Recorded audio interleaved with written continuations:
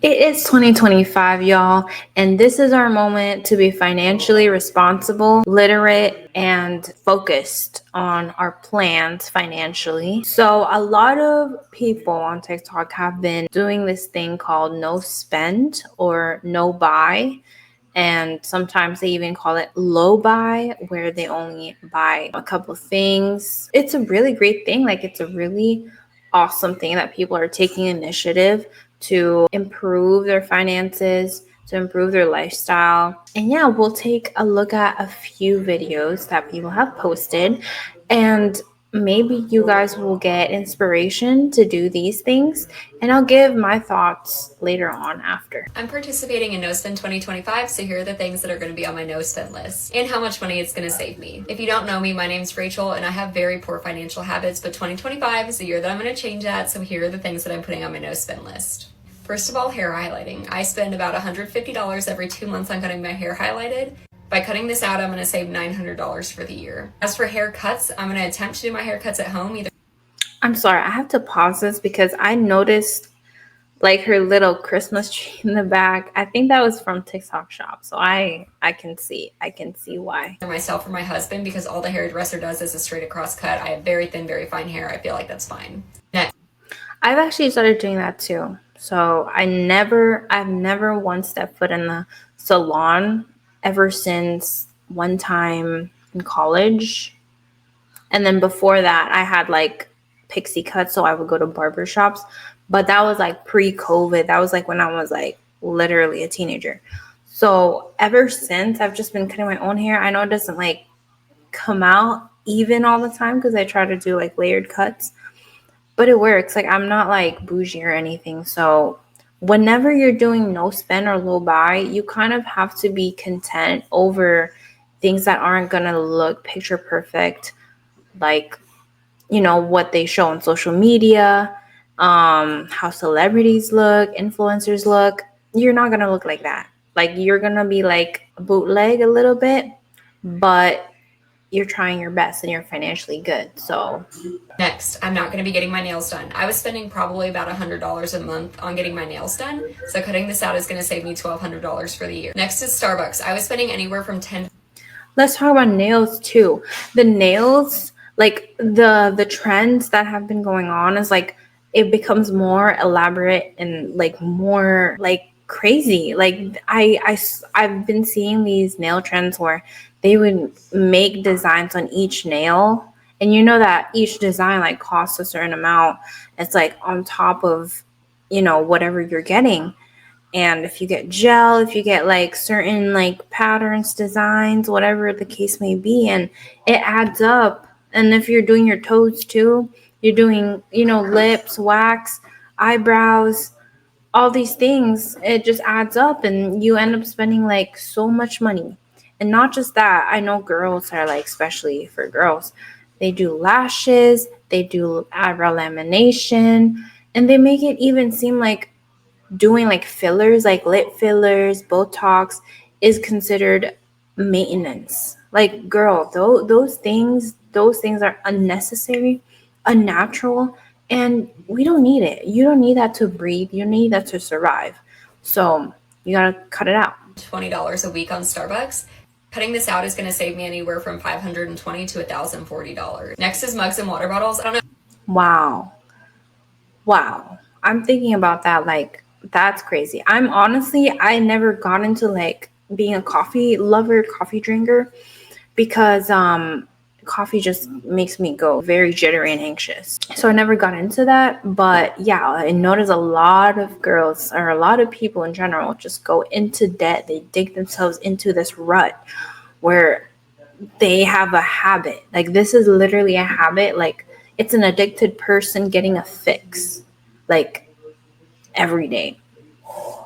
And I get it, like, coffee is not like illegal or anything, but if you can just buy it and, you know, take an extra 5 minutes in your morning to make it yourself, I don't think that's too bad. You know what I mean? How many mugs or water bottles that I've spent money on this year, but I know it's been a lot. I have plenty of water bottles. I have plenty of mugs. I don't need to buy any more. In fact, I actually need to get rid of some of the ones that I have. I'm not going to be Stanley Stanley cups. What was it before? There was another one. was a Stanley, and then it was there was a trend about it. Somehow, like, we, as a progressed society, we have created trends concerning water bottles, and I don't get it. I don't get it. Spending money on DoorDash or Uber Eats. I was spending about $25 a week on DoorDash, so cutting that out is going to save me about $1,300. Not going to be spending money unnecessarily on hair care or makeup products. Talking about Uber and DoorDash, that is a common thing too that I noticed that I don't personally do. But I mean, when you get to that exit page, like that, like finalize your buy or anything, like whenever I get to that part and I see all of the extra fees that they charge, it's like it takes my breath away, and I cannot pay. I'd rather starve than pay for Uber or DoorDash. I'd rather make the food at home too. Like, you can just go to your kitchen and make it. Save me about $1,300. Not going to be spending money unnecessarily on hair care or makeup products. Basically, I'm going to just use up everything that I already have before I buy anything new. Next is home decor. My home is fine. I do not need home decor. I have plenty. I do not need. I know, girl. I see that home decor right there in the back. Candles. Those are all on my no spend list. I have no idea how much money I spent in 2024, and I honestly probably don't want to know how much money I spent on 2024 on home decor. We're just not going to do that in 2025. Maybe you should find out how much you spent, so that it's like a fear-mongering tactic. Like, oh my gosh, I spent this much. I cannot spend anymore in 2025. That's just me, though. That's what I would do. Like, I would use that pain to really put myself into place, like get myself straight. So between all of this, I'm going to save upwards of or more than $5,000 for 2025 just by cutting these little things out of my life. If you're participating in No Spend 2025, I would love to know the things that are on your no spend list, because maybe I can expand mine a little bit more. Wow, that's really cool. I think $5,000, that's pretty good, but I feel like it's probably a little more, because as time goes by, like the prices on stuff, they go up with it. And so I feel like you'll probably save more money. That's really great. That's awesome. This is the fucking support that I need in my life. Let's read it. It says, I basically live by this and have saved $50K plus annually for the last 3 years. Whoa, that's insane. I'm doing a no by 2025, and so many comments on my last video are like, girl, I could never, and I just, no, I like to spend whatever.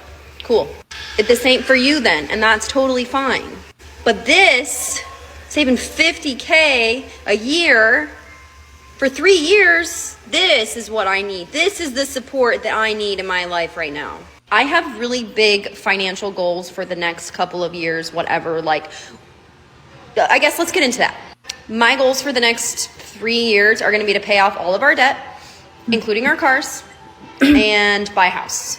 We can't do that at the rate of consumerism that we are all currently at. That's when I noticed, like, especially us, like younger generations, millennials, Gen Zers, we have debt, whether it's credit card debt or from school debt, loan debt. And then we have car payments, car loans, and we don't have houses yet. Like most of us, if we're gonna be honest. Like we're just staying in apartments, renting, all that jazz, staying with our parents, whatever. And yeah, these 3 things are like super duper important, having like some kind of stability. Like if we're just renting, we're like getting more and more into debt, or not being able to pay off our debt, our car loan, our student loan. It's like it makes it a lot difficult Right now, let's be fucking real.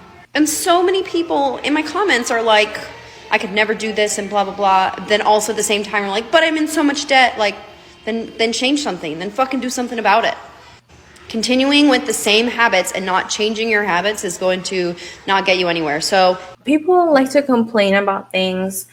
They'll literally like be nagging on your ear saying like, oh my gosh, I'm in so much debt, girl. Like, oh my goodness, like I can't pay this off. But I just got my little boba drink. Oh, I just I went out to eat with my boyfriend. We had some Chick-fil-A. And guys, Chick-fil-A, like me and my husband, we used to go Not anymore, because it's insane how much it is. Like, you buy 2 meals for 2 people and you end up spending like $30. And this is quote unquote fast food, but it's in the higher end of fast food. And that just racks up. Like, that's like boom, boom, boom, boom, boom, boom. And you can just buy like food at the grocery store and spend significantly lower and less than that. You can spend like 20% of how much you paid, and buy yourself an actual meal, a home cooked meal. The only thing is you got to put in the work, and that's what a lot of people don't want. We're very consumeristic, very instantaneous gratification. So it's like, it's deeper than that. It's a lot of people step into this, and that's the sad thing that we're going to find out in this next video. I'm going to share with you the underlying secret rule to sticking to your 2025 no spend goals. I'm really loving that so many of you are listing out the things you're going to stop spending money on in 2025. So I want to share with you the secret rule that somebody told me a long time ago that's helped me stick to my no spend goals. And that rule is, because there's so much commercialism flung in our face all day long, every day, you first have to learn to say no to yourself. And you need to recognize the hardest person to say no to is yourself. So let me give you 3 examples that will help you with this. You have to say no to yourself with the same conviction that you say no to your child when they're throwing a temper tantrum at the check stand, at the grocery store, because they want all the candy that's at eye level. You have to say no to yourself with the same conviction you say no to the cashier who once again asks you if you want to round up for charity. You have to say no to yourself with the same conviction that you tell yourself no when one part of your brain says, we need to go to the gym tonight, and the other part says no, and that part that says no wins out. The more I have said no to myself over the years, the easier it is to say no to myself. It's a habit. I hope this helps. Yeah, this lady is right. This lady's very, very correct. Going into this challenge is more of like a psychological battle that you kind of have to wage against yourself, because no one else can fix this situation that you are in. Like, if you're in a bad situation, no one else can fix it for you. You have to be all in with it, because if not, then you only have yourself to blame. Take this as an opportunity to just, change and transform your life, change your habits. Whether it's spending, whatever it is, and spending money, working out, keeping up with your health, all these things, like how you live your life. I just accidentally am participating in this trend because we're broke. So this is like what we're doing, because obviously we don't want to get into more and more and more debt, and we're trying to be logical because we are people and we have brains, so we have to use it. And as adults, we're not children who need instant gratification. We're not going to cry and kick and scream because we can't buy a candy bar at the store. We should have the maturity level of being able to stop ourselves and say, hey, be content with what you have. Or, hey, I can make this myself at home. Or, hey, I don't actually need this because this clothing item is just a trend that will eventually cease after a few weeks. And just really just grounding yourself and taking things a bit more slowly, not being enticed by how things are marketed, by how things are shown on social media, how people's lives look on Instagram, because we know that, that's really sad, but these times are tough. Like, we have to take matters within our own hands, and we have to make the adjustments that we need to do. And so, if you are struggling with your finances, go ahead and, learn how to manage your finances, how to budget, and me personally growing up, I'm just going to be honest with you guys, my financial literacy was from my mom or my parents, who are Asian, by the way, and they are very, very stingy. Like, they were really stingy. Growing up, I did not like to spend anything.